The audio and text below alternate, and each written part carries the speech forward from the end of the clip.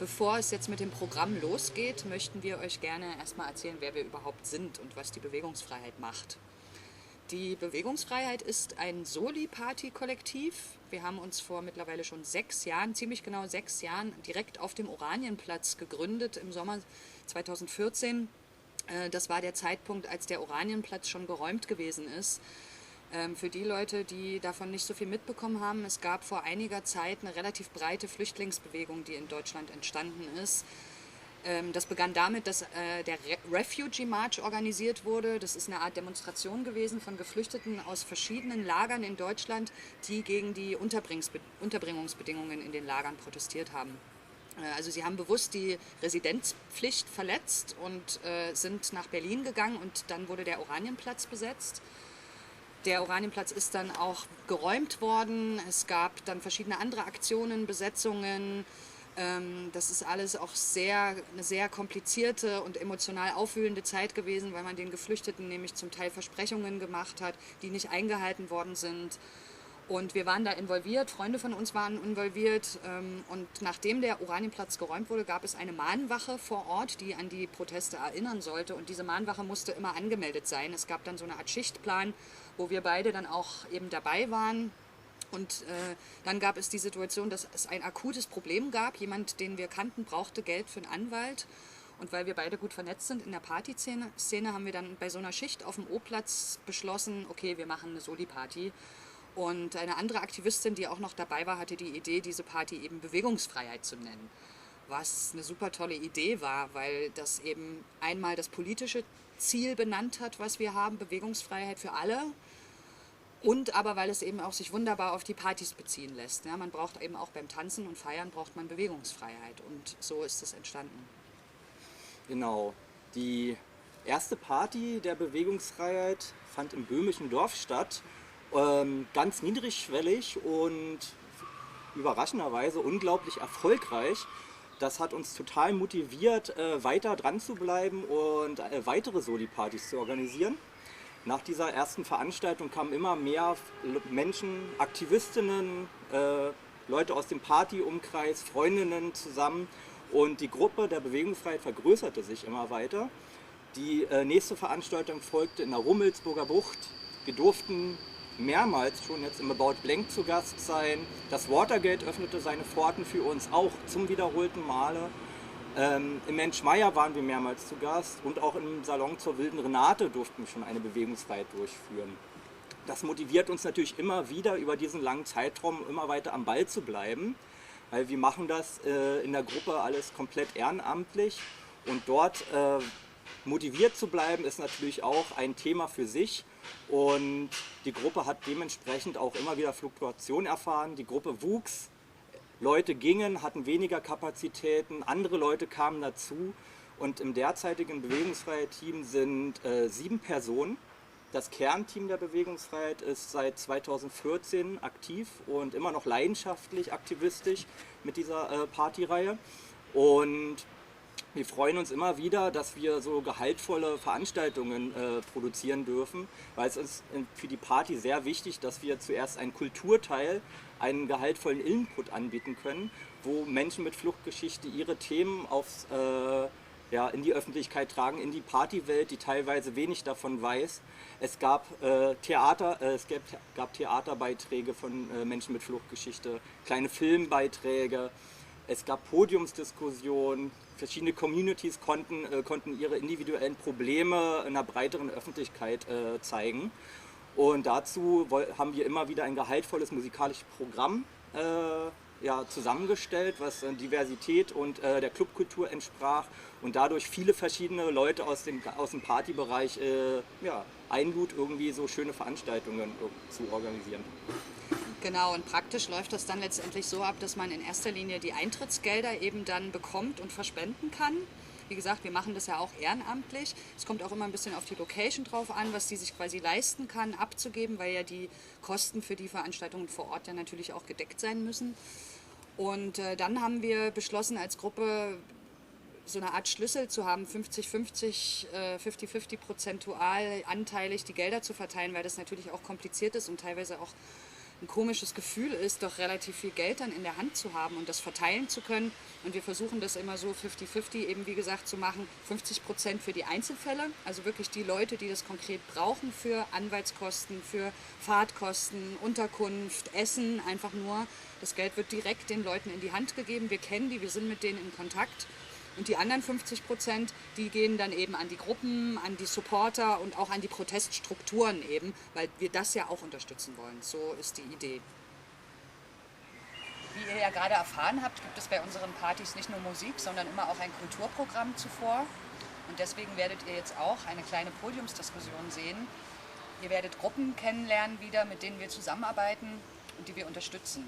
Und dabei sind Help for People, die Schlafplatzorga, das Borderless Collective und das Anti-Deportation Café.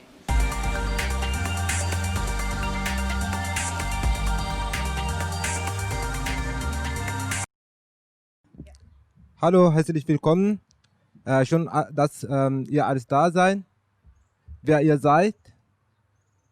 Hi, welcome. Thanks for being here. Nice to have you. Who are you? Thank you.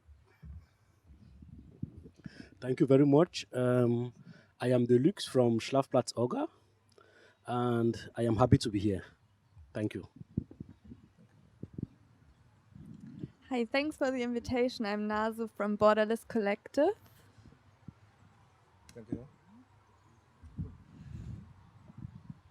Je suis Kef de Anti-Deportation Café et je suis très content d'être là aujourd'hui pour parler de la situation actuelle qui prévoit par rapport à la crise sanitaire que nous vivons aujourd'hui avec le coronavirus. Merci. Bonjour à tous, je suis Alexis de Anti-Déportation Café. Je suis heureux d'être ensemble ici avec vous pour débattre de la situation sanitaire actuelle. Merci. Ja, hallo, ich bin Conny und ich habe mit Matthias zusammen den Verein Help for People gegründet vor 5 Jahren. Danke. Was macht ihr? What are you doing? Well, Schlafplatz Orga is an organization, a self-organized organization that looks for sleeping places for people living on the streets, like migrants, refugees, and people who don't have any sleeping place.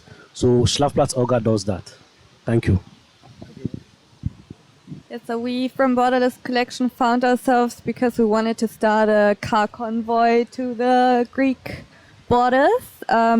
Then Corona happened and we had to overthink our ways of working, and now we're working on a solar car to bring internet, to bring printers, laptops and stuff like that to the Greek borders so that we can build infrastructure again after a lot of organizations had to stop their work or did stop their work because of Corona and also fascist attacks on the islands. And we're also really trying to support still like organizations found by refugees themselves and initiatives by refugees, like the awareness team in Rizona, for example, after all the medical teams left the island or left the camp because of Corona, and they had to found themselves into these organizations, or for example the Solidarity Initiative of Kurdish political refugees. We're trying to support them as well because these organizations normally don't have any support from any outside organizations or obviously not from the government. So we're trying to really collect money and donations and build infrastructure again as soon as we can.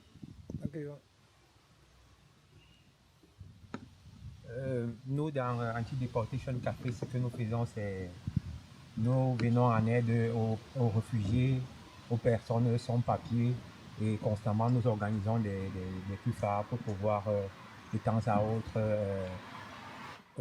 avoir un peu d'argent pour pouvoir soutenir, accompagner ces réfugiés qui vivent dans des situations vraiment très précaires.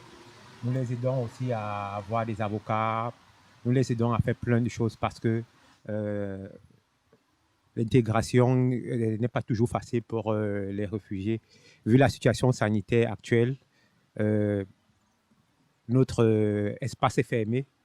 Et c'est vraiment très difficile parce que c'était le seul endroit où les réfugiés se sentaient libres et où ils pouvaient rencontrer de nouvelles personnes et faire des choses vraiment en étant très loin du stress quotidien. Merci.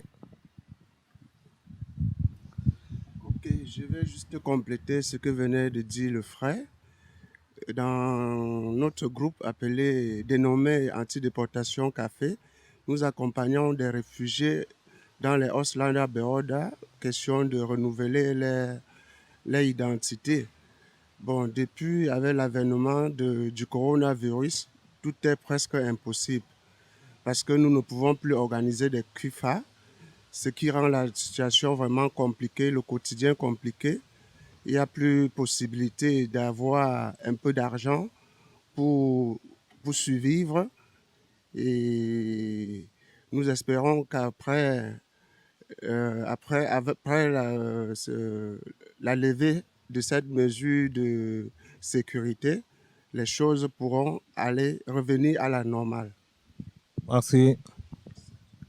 Ja, wir kümmern uns in erster Linie um eine Gruppe von geflüchteten Menschen aus Südafrika oder Westafrika. Angefangen hat das alles mal mit dem Oranienplatz, das Camp, das kennen wir, glaube ich, alle. Und da ist eine ganze Gruppe in der Gecina Straße 15 gelandet. Das ist so eine Einrichtung für Obdachlose eigentlich, aber die gehört indirekt zur Kirche. Und die Kirche wiederum hat das organisiert. Und da hat ursprünglich mal eine Gruppe von 11 Personen in der Gecina eine Unterkunft gehabt, weil wir so einen strengen Winter hatten. Und diese Gruppe ist ganz schnell auf 35, 40 Mann angewachsen. Und da kümmern wir uns eigentlich um sämtliche Belange. Das heißt, Anwalt schreiben, Mietverträge mal prüfen, nach einem Schlafplatz suchen, Medikamente besorgen, also alles, was so täglich anfällt. Zum Beispiel, jemand schreibt jetzt seine Prüfung, da lernen wir jetzt mit dem Sozialkunde. Oder ein anderer, der hat einen Arbeitsvertrag unterschrieben und da hat er das Problem mit seiner Abrechnung. Also wirklich halt alltägliche Sorgen und da helfen wir, jetzt in der Gruppe so, ursprünglich waren es mal 70 Personen, jetzt sind es vielleicht noch 30 im Kern. Danke. Gracias. Wie ist die Zeige? Nicht verstanden? Sorry. Also.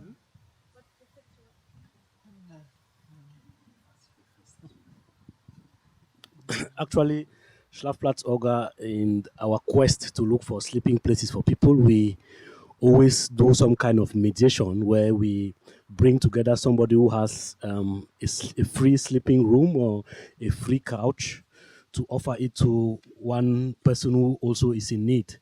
And all this process used to go on through some kind of mediation, which we usually do in one of our organized offices in Orianinstrasse.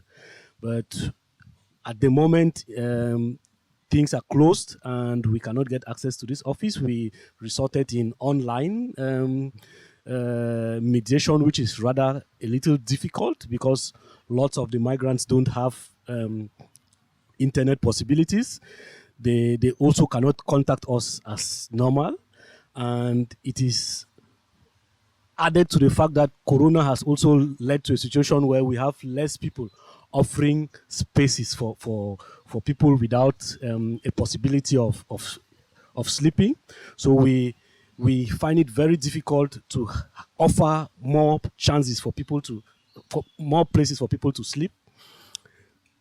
And yeah, it is really quite complicated at the moment. We have the few migrants or people without housing who contact us.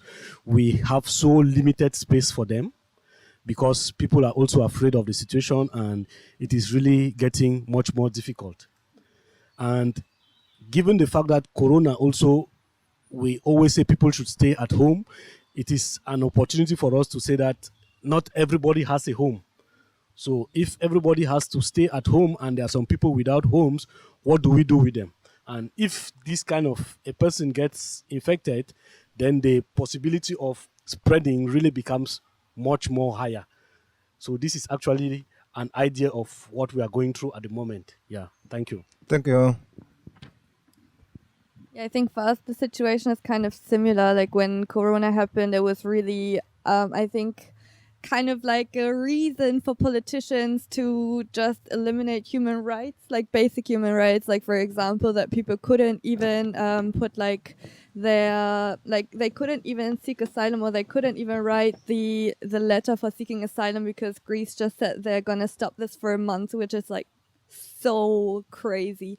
And it was just really like everyone had to stop their work, like all these organizations left the islands and stuff, and we actually wanted to go there again so that we can build up all of these structures, or we can try at least to build up these structures. That is basically impossible because all of that knowledge that these people had that built these structures over years broke down, and now the people in the camps are left by themselves, and they are really like creative and strong people, and it's really like so powerful how they just collect themselves and build these initiatives by themselves. But like because we can't go there now, we're just trying to really support and look at and talk to these structures that are building from the people themselves living in the camps, talk to them, ask for their needs, ask how we can help from our end, and ask what they actually how we can support them in any way. And that's basically right now donation based. Like all we can do now is build these things that we can bring over there in the end, like our solar car, for example, to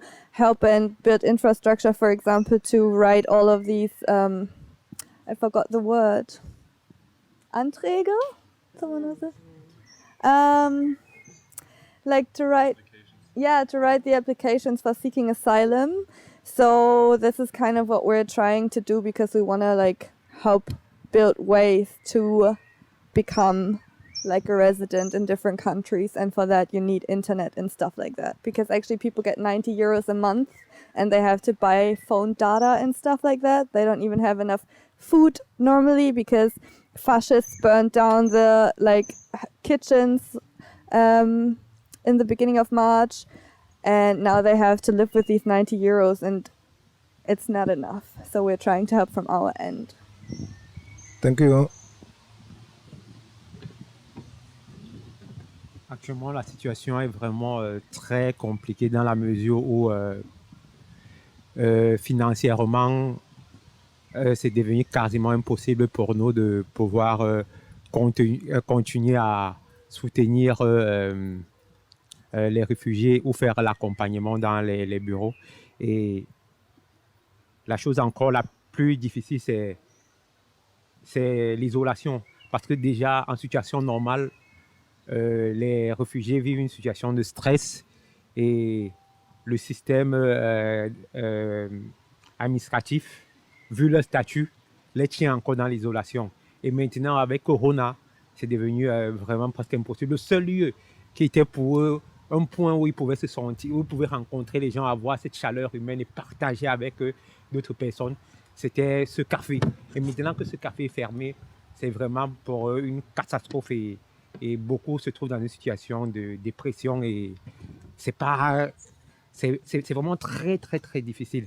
Et c'est aussi pour nous un moment aussi un appel à l'aide pour des gens qui pourront écouter notre voix et venir soutenir cette cause en faisant peut-être des donations ou je ne sais pas quoi, d'une manière ou l'autre, parce que nous appelons actuellement à la solidarité humaine pour qu'on puisse se serrer les coudes et pouvoir faire face à cette pandémie-là. Merci beaucoup.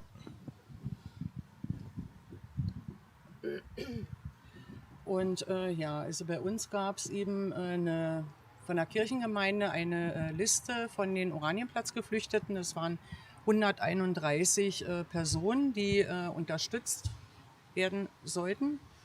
Und von diesen 131 haben es immerhin 80 geschafft, die einen Aufenthaltstitel bekommen haben. Schon mal großartig, finde ich, aber dennoch nicht genug. Also auch die einen Aufenthaltstitel haben, brauchen jede Unterstützung auch von uns und von anderen. Und die anderen, die halt durchs Raster gefallen sind, brauchen selbstverständlich auch weiterhin Unterstützung. Und da fehlt es hinten und vorne. Na. Ja, viele sind überhaupt noch nicht safe. Es gibt auch welche, die auf der Straße leben, die also noch nicht mal ein Verfahren zu laufen haben und die nur noch diesen Status der Illegalität haben. Da sieht es ganz duster aus, weil im Grunde genommen haben wir jetzt gar keine Option mehr, denen irgendwie noch zu helfen. Kirchenasyl wäre noch so eine Sache, aber es ist auch ein schwieriges Verfahren. Also da haben wir noch mal so eine Handvoll Sorgenkinder, wo wir gar nicht wissen, was wir jetzt mit denen anstellen sollen im Grunde genommen.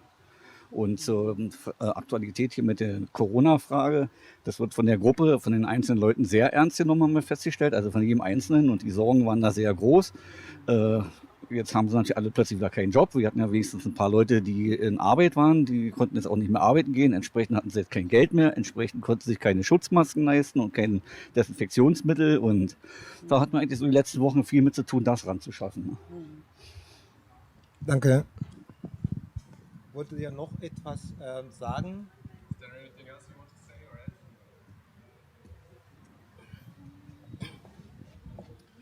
At this moment, I am pleased to say that despite all the difficulties and despite the corona situation, we have lots of difficulties in getting more sleeping places, because the sleeping places we have are kind of donation based.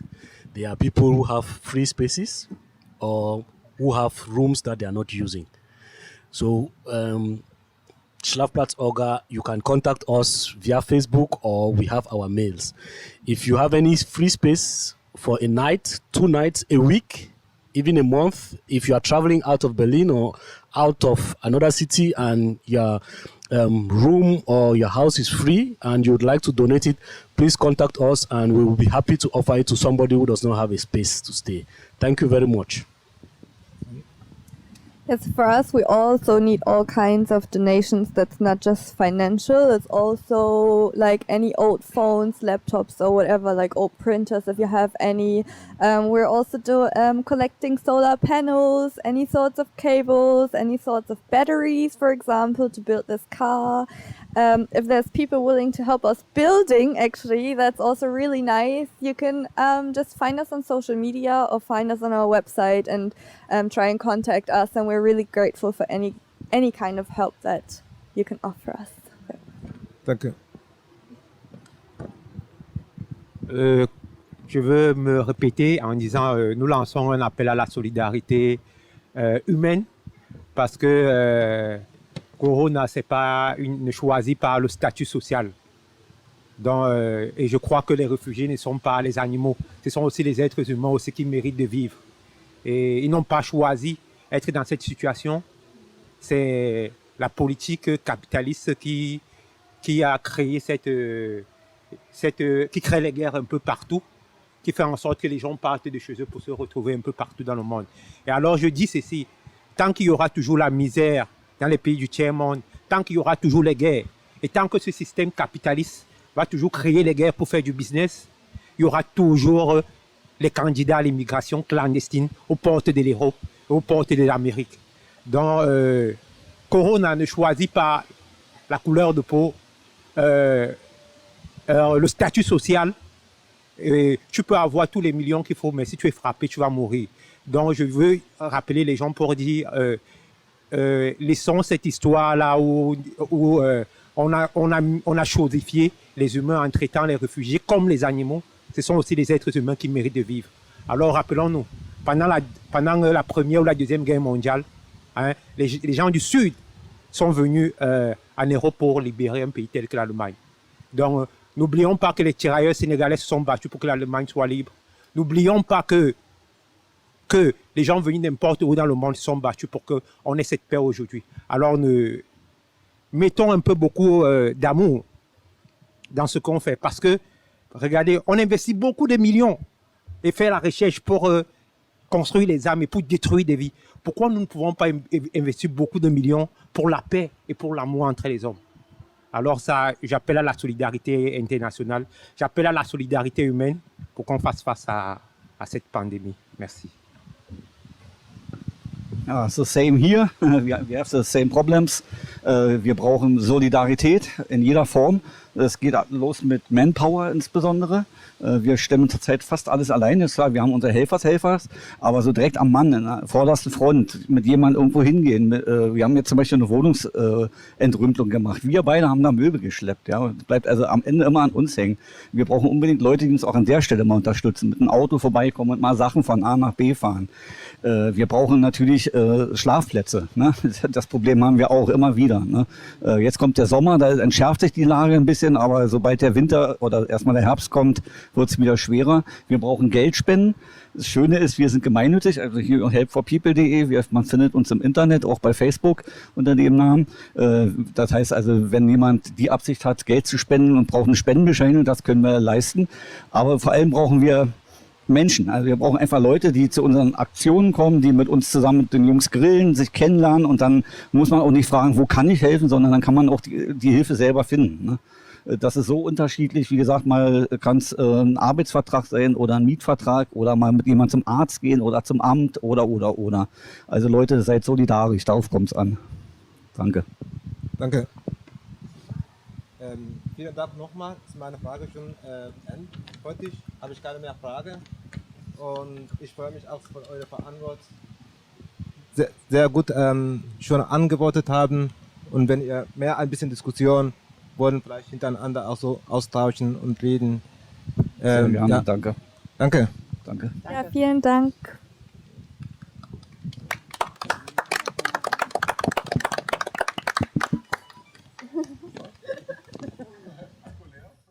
Jetzt erfahrt ihr etwas über Among Us. Das ist eine Gruppe, die sich um den Wohnraum und um die Integration von Geflüchteten kümmert.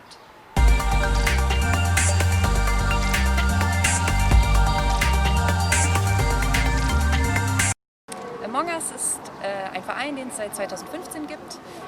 Wir unterstützen Geflüchtete bei der Suche und Finanzierung von Wohnraum und unsere Mitglieder haben teilweise Fluchthintergrund, teilweise keinen. Und wir 4 freuen uns, euch heute den Verein kurz vorzustellen.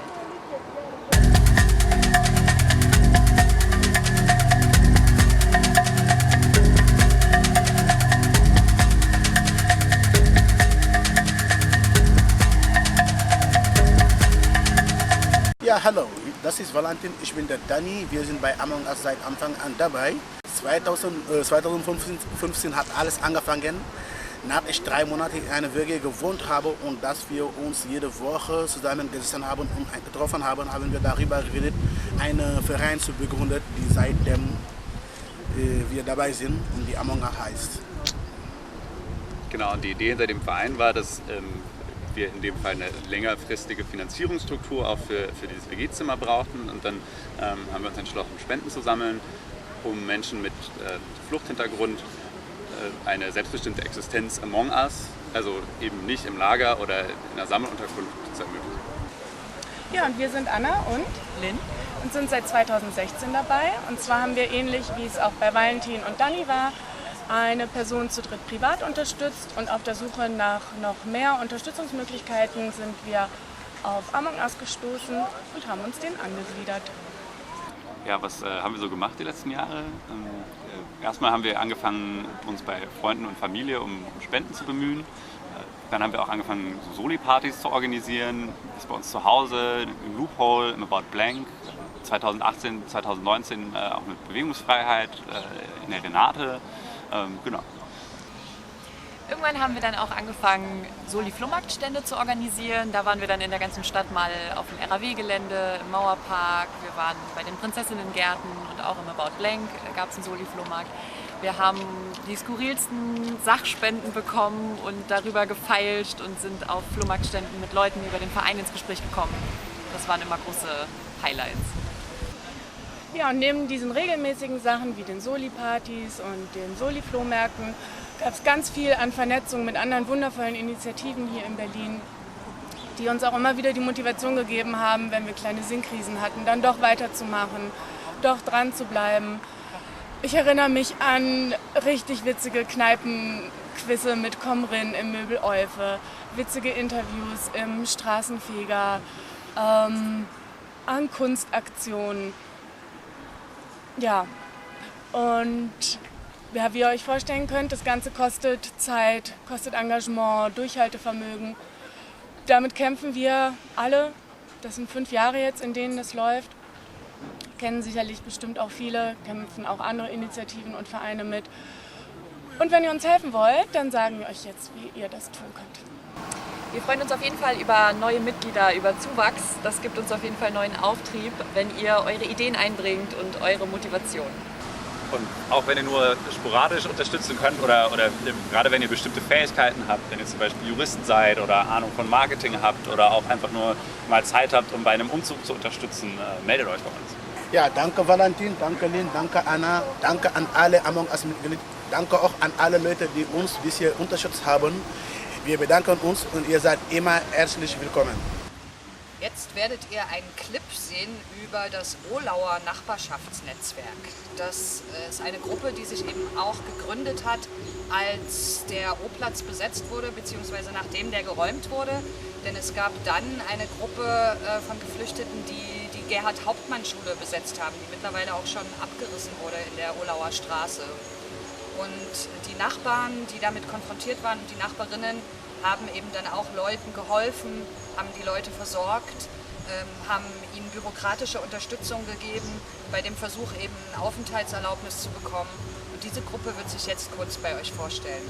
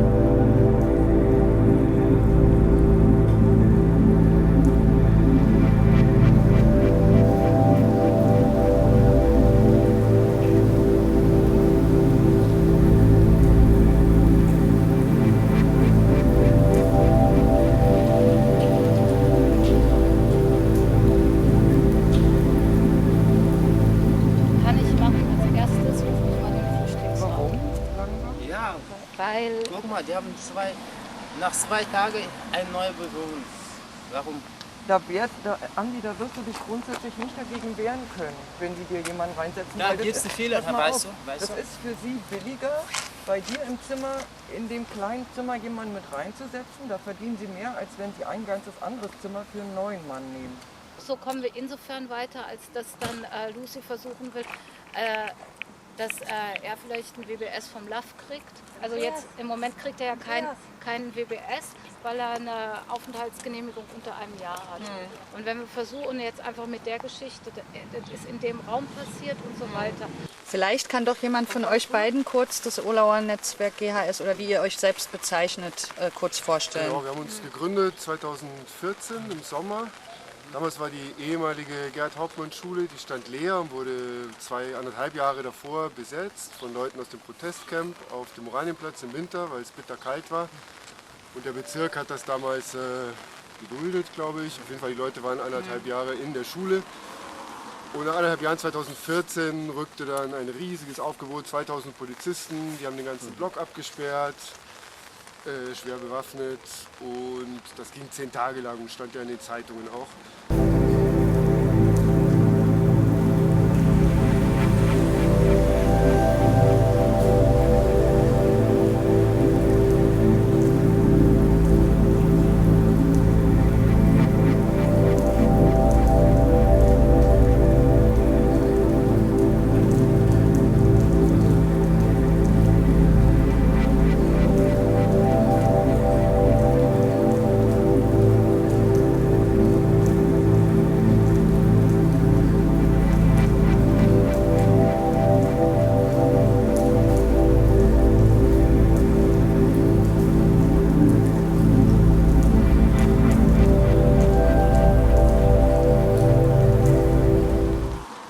Jahren 2014 rückte dann ein riesiges Aufgebot, 2000 Polizisten, die haben den ganzen Block abgesperrt, schwer bewaffnet, und das ging 10 Tage lang und stand ja in den Zeitungen auch. Und dann haben wir sind eigentlich alles Leute aus der Nachbarschaft, einmal Bewohner der Schule und einmal außenrum in den Wohnungen zusammengefunden waren damals noch viel mehr Leute, da haben sich eigentlich viele Gruppen damals gegründet. Und uns gibt es immer noch. We are here and we will fight. Freedom of movement is everybody's right. Bleibe für alle! Jetzt hören wir Mareena. Sie ist Tresor-Resident und mit ihrem Ambient-Label Unrush unterstützt sie auch Help for People. Viel Spaß!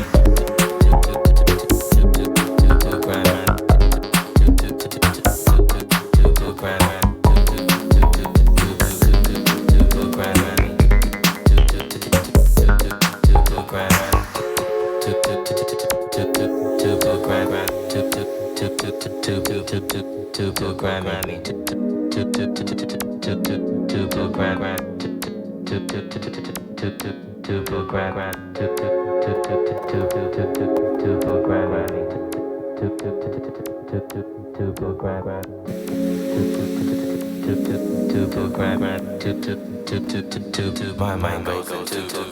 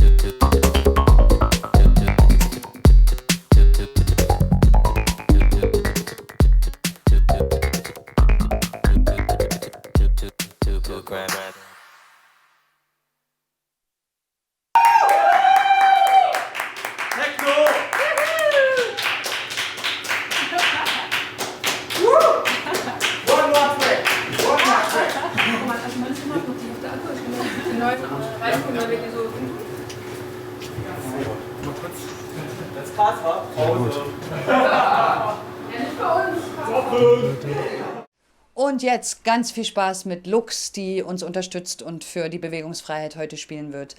Lux stammt aus dem Giegling-Umfeld und ist mit allen Festivalwassern gewaschen.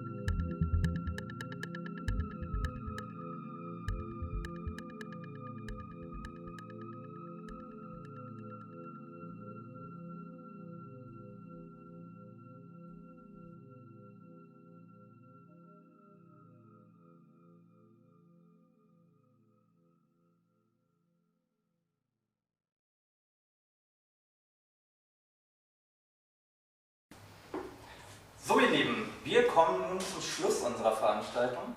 Doch bevor wir gleich den Laden verlassen, wollen wir noch ein paar letzte Worte an euch richten. Und zwar zuallererst wollen wir uns bei allen Unterstützerinnen bedanken, die diesen Stream, dieses Format möglich gemacht haben. 1000 Dank für eure Expertise, für euer Know-how und für eure Zeit. Dann wollen wir uns natürlich bei den Initiativen bedanken, die ihre Zeit und auch ihre Expertise mit uns geteilt haben. Und bei den großartigen DJs, die ihre musikalische Qualität mit uns geteilt haben. Außerdem danken wir ganz vielmals dem About Blank, dass sie uns den Ort hier gestellt haben. Genau, also ohne euch alle wäre das einfach gar nicht möglich gewesen. An der Stelle wollen wir auf jeden Fall auch nochmal aufrufen, werdet aktiv. Also neben Geldspenden natürlich kann man einfach viel tun. Manchmal ist Zeit und Aufmerksamkeit sogar wichtiger als Geld. Also wenn ihr Bock habt, wenn ihr Möglichkeiten habt, unterstützt uns oder unterstützt auch die Gruppen, von denen ihr hier gehört habt, mit eurer Energie. Das wäre großartig. Ja, ansonsten, wir wissen nicht, ob dieses Jahr nochmal irgendwann wieder Partys stattfinden können.